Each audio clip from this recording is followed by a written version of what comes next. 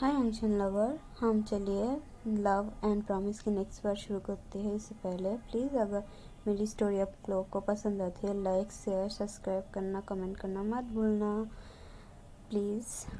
और चलिए हम नेक्स्ट पार्ट शुरू करते हैं।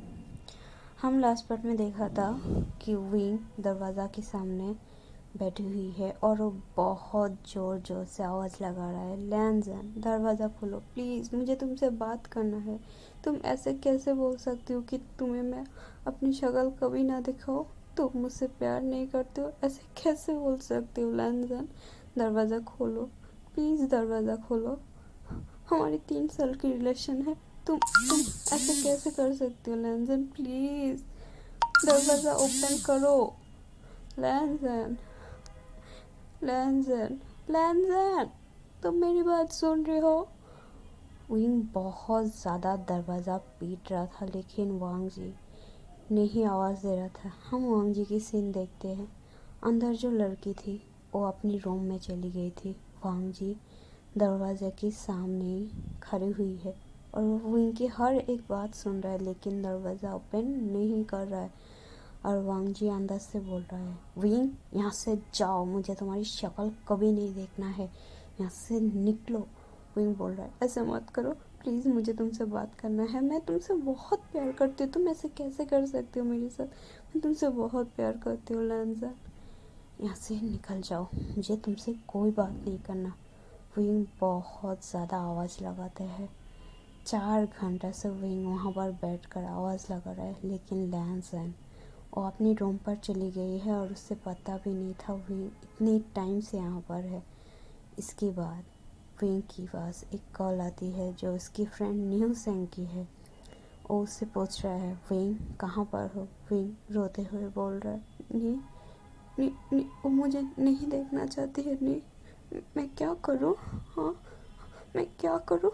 वो मुझे कभी नहीं देखना चाहती है, मेरी शक्ल भी नहीं देखना चाहती। ऐसा क्यों? मैंने क्या किया? नहीं, उसने मुझे चीट किया, उसने मुझे चीट किया।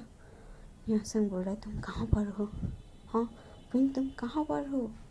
इसके बाद विंग बोल रहा, मैं कहीं नहीं, "म- मैं आ रही हूँ, मैं तुम्हारे पास आ रही हूँ।" विंग इसके बाद उसके अपार्टमेंट के सामने से बाहर निकल गई। वांग जी ऊपर अपने विंडो से देख रहा है, विंग जा रहा है, उसकी आंखों में आंसू थी, लेकिन वो कुछ नहीं कर सकती अभी, फ़िलहाल तो बिल्कुल नहीं कर पा रहा है। विंग चली गई। उसने अपने अपार्टमेंट के सामने खड़ी हुई थी, जहाँ पर न्यू सेंग उसे देख गया, क्योंकि न्यू सेंग और वो एक ही अपार्टमेंट में रहते हैं, शेयर करते हैं। विंग न्यू सेंग को देखते ही भाग जाकर हक करते हैं और फूट फूट कर रोने लग गई। न्यू सेंग, ऐसा क्यों? ऐसा क्यों हुआ मेरे साथ? न्यूसन पूछ रहे, क्या हुआ विंग? मुझे बताओ तो सही, अगर तुम मुझे नहीं बताओगी तो मुझे पता कैसे चलेगा? तुम मुझे बताओ। नहीं, ऐसा क्यों हुआ? ऐसा क्यों हुआ न्यूसन? मेरे साथ क्यों हुआ ऐसा? विंग ये करते करते बेहोश हो गई। न्यूसन उसे लेकर जैसे तैसे करके लोगों की हेल्प लेकर उसे अपार्टमेंट के अंदर ले आती है और उसके रूम में सुला देती है। विंग सो गई है।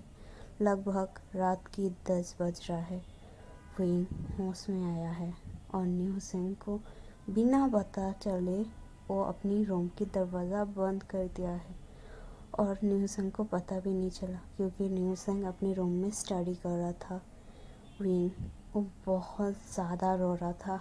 उसकी फ़ोन में उसके मॉम डैड की बहुत सारी कॉल थी, लेकिन विंग ने नहीं उठाया है और उसने अपनी फ़ोन भी नहीं देखा है। इसके बाद विंग शावर के नीचे चला गया।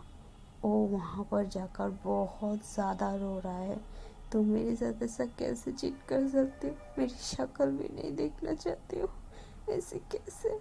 मैं तुमसे इतनी प्यार करती हूँ, उसकी कोई कोई मतलब नहीं है। ठीक है, मैं वो बहुत टाइम से ऐसे शावर के नीचे रो रहा था। इसके बाद विंग को अचानक क्या होता है पता नहीं, वो अपनी रूम में वापस आती है इस खिला चीज़ों को लेकर।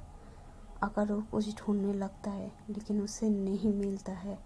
इसके बाद वो फिर से वॉशरूम में आ जाती है और वो अपनी वॉशरूम की जो आईना थी उसे तोड़ देती है अपने हाथों से।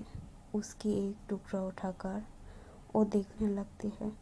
विंग कुछ सोच रहा था, उसके साथ ऐसा कैसे हो सकती है, वांग जी उसे कैसे धोखा दे सकती है, वो नहीं जी पाएगा।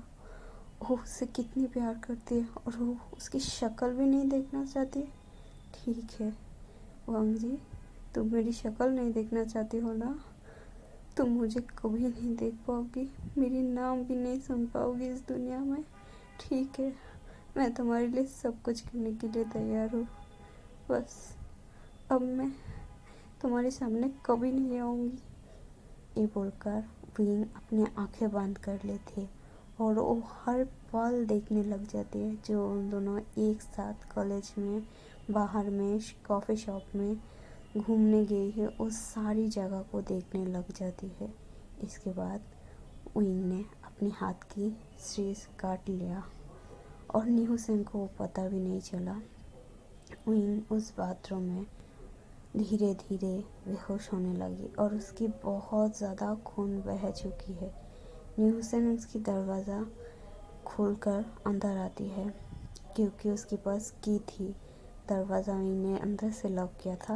वो बहुत टाइम से पीट रहा था लेकिन विंग दरवाज़ा नहीं खोल रहा था। उसके पास जो की थी वो उसे खोलकर अंदर गई, लेकिन अंदर की नज़ारा देखकर न्यू सेन